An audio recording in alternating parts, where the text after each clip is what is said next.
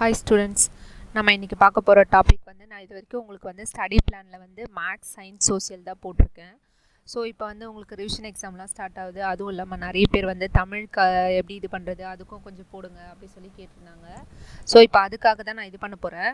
அதாவது நீங்கள் ஈஸியாக வந்து ஒரு சில கொஷின்ஸ் நல்லா படித்து நிறைய மார்க் வாங்குறது எப்படி அப்படின்றத தான் நம்ம இன்றைக்கி பார்க்க போகிறோம். ஸோ உங்களோட தமிழ் எக்ஸாமில் வந்து கொஷின் பேப்பரில் வந்து பார்த்திங்கன்னா வினாயன் 12லேருந்து 15 வரைக்கும், சரிங்களா, 12 to 15 வரைக்கும் அதுலேருந்து ஒரு பாடல் கொடுத்து விடை எழுத சொல்லுவாங்க, சரிங்களா. ஸோ அது கண்டிப்பாக படிச்சுக்கோங்க, அது ஈஸியாக இருக்கும். நெக்ஸ்ட் வந்து பார்த்திங்கன்னா வினாயன் 16 விடைக்கேற்ற வினா அமைக்க அந்த கொஷின். இதெல்லாம் வந்து நீங்கள் படிச்சிங்கன்னா உங்களுக்கு ரொம்ப ஈஸியாகவும் இருக்கும், நிறைய மார்க் ஸ்கோர் பண்ணுறதுக்கு நீங்கள் இது பண்ணலாம், சரிங்களா. ஸோ நெக்ஸ்ட் வந்து பார்த்திங்கன்னா வினாயன் 21 அதாவது திருக்குறள் கட்டாயமாக விடையளிப்பது. ஸோ நம்ம வந்து திருக்குறள் வந்து கண்டிப்பாக எழுதணும், சரிங்களா. ஸோ நெக்ஸ்ட் வந்து பார்த்திங்கன்னா வினாயன் 22லேருந்து 28 வரைக்கும். அது வந்து என்னென்னா மொழியை ஆள்வோம், மொழியோடு விளையாடு, நிற்க அதற்கு தக, கற்பவை கற்றபின். ஸோ இதெல்லாம் நீங்கள் கண்டிப்பாக பார்த்துக்கோங்க, சரிங்களா. ஸோ நெக்ஸ்ட் வந்து பார்த்திங்கன்னா வினாயன் 31. இது எல்லாமே வந்து பார்த்திங்கன்னா உங்களோட பப்ளிக் எக்ஸாமும் சரி, ரிவிஷன்லேயும் சரி, இந்த மாதிரி கொஷின் நம்பர்லேருந்து தான் இந்த மாதிரி இது கேட்பாங்க, சரிங்களா. வினாயன் 31 பார்த்திங்கன்னா உரை பற்றி வினா, சரிங்களா. ஸோ நெக்ஸ்ட் வந்து வினாயன் 36 வந்து பார்த்திங்கன்னா அழகிடுதல் வாய்ப்பாடு.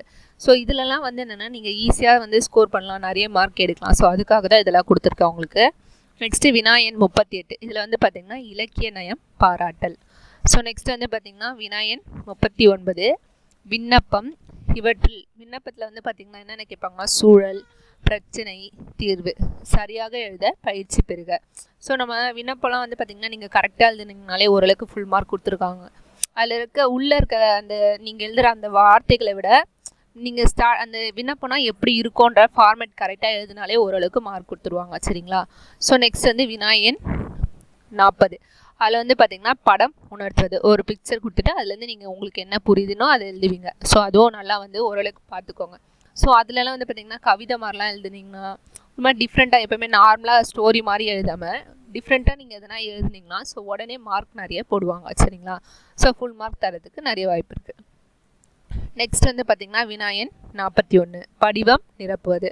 ஸோ உங்களுக்கு ஒரு ஃபார்ம் மாதிரி கொடுப்பாங்க, அதை நீங்கள் ஃபில் பண்ணணும். ஸோ அது கண்டிப்பாக உங்களுக்கு ஆல்ரெடி தெரியும், ஆனால் இன்னும் கொஞ்சம் நல்லா தெரிஞ்சு வச்சுக்கோங்க கரெக்டாக ஃபில் பண்ணுற மாதிரி, சரிங்களா.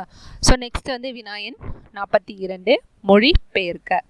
ஸோ மொழி பெயர்க்கிறது உங்களுக்கு ஆல்ரெடி எல்லாமே தெரியும், இங்கிலீஷில் ஒரு வேர்டு கொடுத்துருவாங்க, அதை நீங்கள் இது பண்ணுறது. ஸோ நெக்ஸ்ட் வந்து பார்த்திங்கன்னா வினாயன் 29 இடம் சொட்டி பொருள் விளக்கம். அது என்னென்னா மொத்தம் நம் பாடர் பகுதியில் வந்து 4 வினாக்கள் மட்டுமே இடம் பெற்றுள்ளது, சரிங்களா. ஸோ இவற்றில் ஒரு சிறு வினா இடம் பெறலாம்.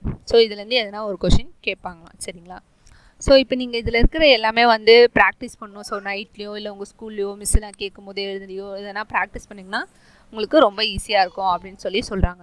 ஸோ இதை நீங்கள் வந்து பின்பற்றிங்கன்னா கண்டிப்பாக உங்களுக்கு வந்து ரொம்ப ஈஸியாக இருக்கும். ஸோ இதுலேருந்து என்னென்னா டெய்லி ஒரு டாஸ்க் மாதிரி கொடுக்கலான்னு இருக்கேன். மொத்தம் வந்து எப்படி சொல்கிறது, இப்போ நான் உங்களுக்கு கொடுத்துருக்கேன் இல்லையா கொஷின்ஸு, இதுலேருந்து தான் நான் கொஷின் கேட்க போகிறேன், சரிங்களா. ஸோ அதெல்லாம் உங்களுக்கு தெரியுதா இல்லையான்னு நீங்கள் செக் பண்ணுங்கள். ஸோ அதை வந்து ஸ்டடி பிளான் மாதிரி போடலான்னு இருக்கேன். அதாவது உங்கள் ரிவிஷன் எக்ஸாமுக்கு முன்னாடி சண்டேக்குள்ளே 3 நாளில் முடிக்கிற மாதிரி. ஸோ அது என்ன டைமிங்கில் போட்டால் உங்களுக்கு கம்ஃபர்டபுளாக இருக்கும்னு சொன்னிங்கன்னா நான் அந்த டைமிங்கில் உங்களுக்கு அப்லோட் பண்ணுறேன், ஓகேங்களா. ஸோ அந்த டைமிங் மட்டும் கரெக்டாக மறக்காமல் கமெண்ட் பாக்ஸில் மென்ஷன் பண்ணுங்கள். அந்த டைமிங்லேருந்து 3 டேஸ்க்கு நம்ம தமிழோட ஸ்டடி பிளான் பார்க்கலாம், ஓகேங்களா. ஸோ இந்த வீடியோ பிடிச்சிருந்தால் லைக் பண்ணுங்கள், உங்கள் ஃப்ரெண்ட்ஸ் எல்லாருக்கும் மறக்காமல் ஷேர் பண்ணுங்கள். இது வரைக்கும் சப்ஸ்கிரைப் பண்ணாதவங்களாம் கண்டிப்பாக சப்ஸ்கிரைப் பண்ணிவிடுங்க, சரிங்களா. Thank you students.